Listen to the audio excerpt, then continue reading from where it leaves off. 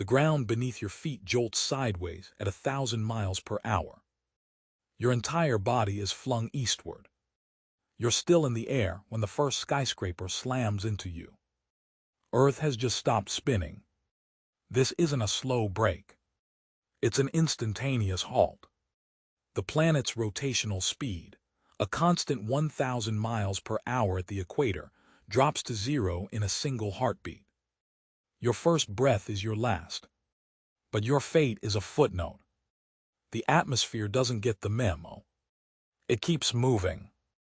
A supersonic wall of air, still traveling at full rotational velocity, scours the planet's surface.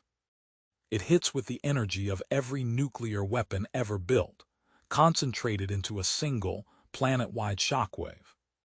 Entire continents are sandblasted down to bedrock in minutes. Mountain ranges are planed flat.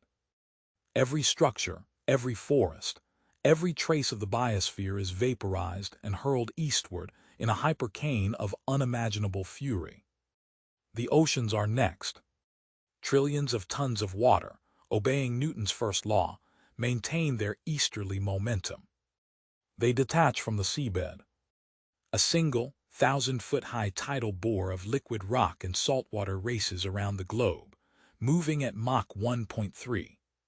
It crashes over the now stationary landmasses with apocalyptic force, swirling into a planet-wide maelstrom that redistributes the oceans into two static, permanent megacontinents, one wrapped around the equator, the other smothering the poles.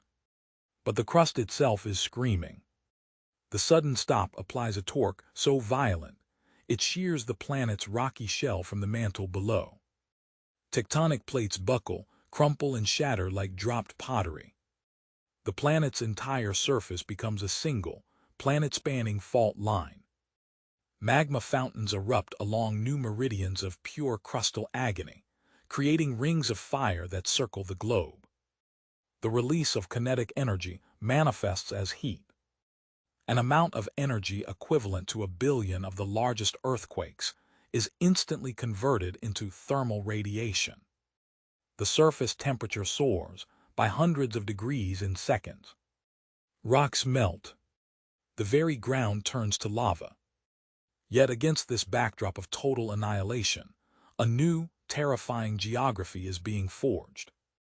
Which landmass would become the ultimate tomb for humanity's remnants, and which force, fire or flood, would claim it first? The answer is written in the planet's new, static posture. Earth is now a locked, tidally bound world. One hemisphere bakes in permanent, unrelenting daylight. The other half freezes in an endless, starless night. The Terminator line, the razor-sharp border between eternal day and eternal night, becomes the only possible zone for complex matter to exist. Here, along a narrow, twilight ring, temperatures might stabilize. But the atmosphere is gone, blasted into space or condensed into frozen nitrogen glaciers on the dark side. What little air remains is a toxic cocktail of volcanic outgassing. Your next breath would be pure sulfur dioxide. Gravity itself warps. The centrifugal force that currently bulges Earth's equator, making you weigh 0.3% less there than at the poles, vanishes. The planet, no longer fighting against its own spin, begins a slow, violent collapse into a perfect sphere. The crust implodes inward, triggering a final, global seismic event that liquefies the Terminator line itself. The geography you knew is not just gone. It is geologically impossible. The new Earth has two oceans. One a boiling, superheated cauldron under the sun, the other a single, planet-wide glacier of solid oxygen and nitrogen in the dark. The new continents are jagged, volcanic hellscapes of freshly cooled basalt, constantly shaken by the aftershocks of the stop. Earth's magnetic field, generated by the churning of the molten outer core, sputters and dies within years. The Van Allen belts dissipate. The solar wind, a deadly stream of charged particles, begins to strip away the tattered remains of the atmosphere. Cosmic and ultraviolet radiation bathe the surface unimpeded. Any hypothetical survivor on the Terminator line would watch the sky itself die, replaced by a direct view into the heart of the galactic radiation field. The moon, our constant companion, is now caught in a spiraling dance of doom. Its orbit, subtly stabilized by Earth's rotational momentum, begins to decay.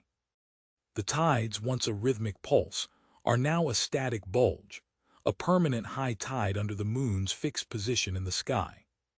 But that position won't last. Without the transfer of angular momentum, the moon's path destabilizes. Its slow drift away from Earth reverses. Over millennia, it would begin a long, slow spiral inward. The final fate of a non-spinning Earth is not a planet, but a ring. Like Saturn, but forged from the debris of a shattered biosphere and a crumbling moon. Could any form of life persist in this new, alien hellscape?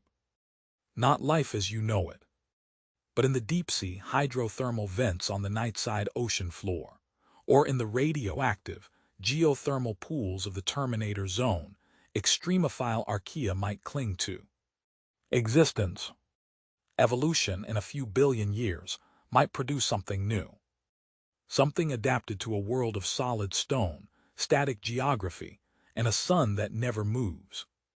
A world where navigation requires not a compass, but a thermometer. A world where weather is a geologic event, not an atmospheric one. A world where day is a location, not a time. This is the fossil that remains of your planet. A silent, scarred sphere of rock, half-cooked, half-frozen, orbiting a star it no longer acknowledges. A monument to momentum, paid for in full. But this cataclysm is just one way a planet can die. To witness a star itself vanish from the sky, and the true scale of cosmic silence that follows, watch this next.